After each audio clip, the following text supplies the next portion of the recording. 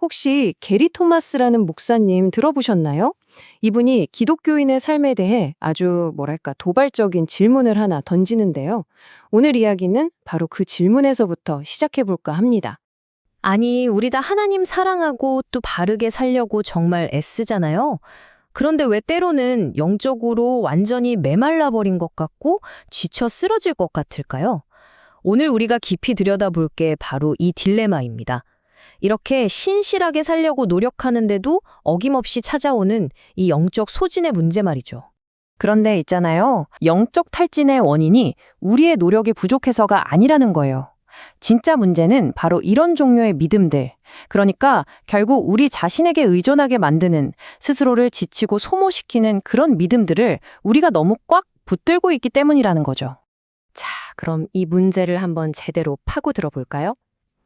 이 씨름을 정말 온몸으로 겪었던 역사적인 인물이 한 명 있거든요. 바로 당시의 종교 전문가였던 니고데모입니다.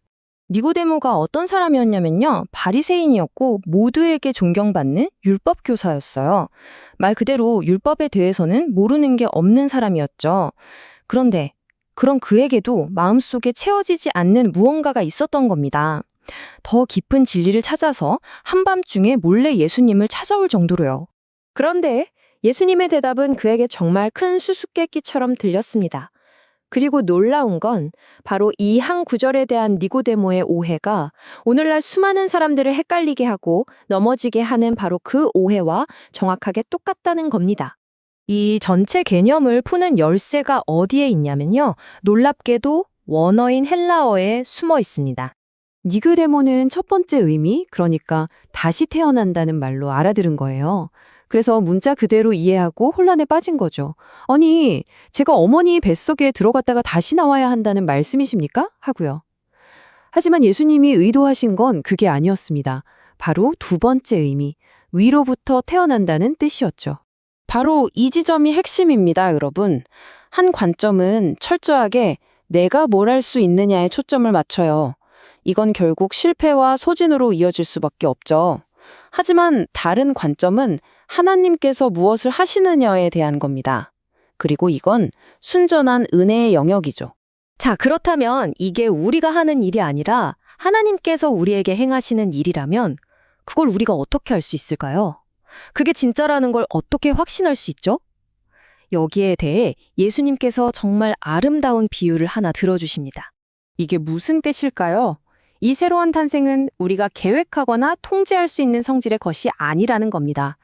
그 근원은 다람처럼 신비롭고 전적으로 우리를 넘어서는 하나님의 주권적인 역사라는 의미죠. 맞습니다. 우리는 이 신적인 개입의 순간을 만들어내거나 통제할 수가 없어요. 그 원인은 정말 신비에 감춰져 있는 거죠. 하지만 그 결과는 정말 실제합니다. 우리가 바람을 눈으로 볼 수는 없잖아요. 그렇지만 나뭇가지가 흔들리는 걸 보면 아, 바람이 부는구나 하고 알 수 있죠? 위로부터 태어남도 똑같습니다. 그 결과는 복음이 갑자기 명확하게 이해된다거나 하나님의 사랑이 막 가슴으로 느껴진다거나 나는 새로운 피조물이다 라는 정체성이 뿌리내리는 것처럼 우리 삶 속에서 아주 분명하게 관찰할 수 있는 형태로 나타난다는 겁니다. 자, 그럼 이제 처음 우리가 이야기했던 그 영적 소진 문제로 다시 돌아와서 해답을 한번 찾아볼까요? 이 해답은요, 놀랍게도 우리가 스스로에게 던지는 질문을 근본적으로 바꾸는 데서부터 시작됩니다. 바로 이겁니다. 영적 탈진의 고리를 끊는 열쇠가 바로 여기에 있어요. 내가 하나님을 위해 얼마나 잘하고 있지? 라고 끊임없이 내 힘으로 뭔가를 쌓아 올리려는 이 낡은 질문에서 벗어나서 지금 하나님께서 내 안에서 무슨 일을 하고 계시지? 라고 묻는 새로운 질문으로 옮겨가는 겁니다. 초점을 나의 행위에서 하나님의 역사로 완전히 이동시키는 거죠. 그러니까 위로부터 태어남이라는 건 그냥 오래전에 한번 딱 경험하고 끝난 기억 속의 어떤 과거 사건이 아니라는 거예요. 이건 그냥 천국행 티켓이 아닙니다. 바로 오늘, 지금 이 순간에도 우리 삶 속에서 계속되고 있는 살아있는 현실이라는 거죠. 그래서 마지막으로 여러분께 이 질문을 던지고 싶습니다. 여러분의 초점은 지금 어디에 있나요? 하나님을 위해 내가 하는 나의 일에 있습니까?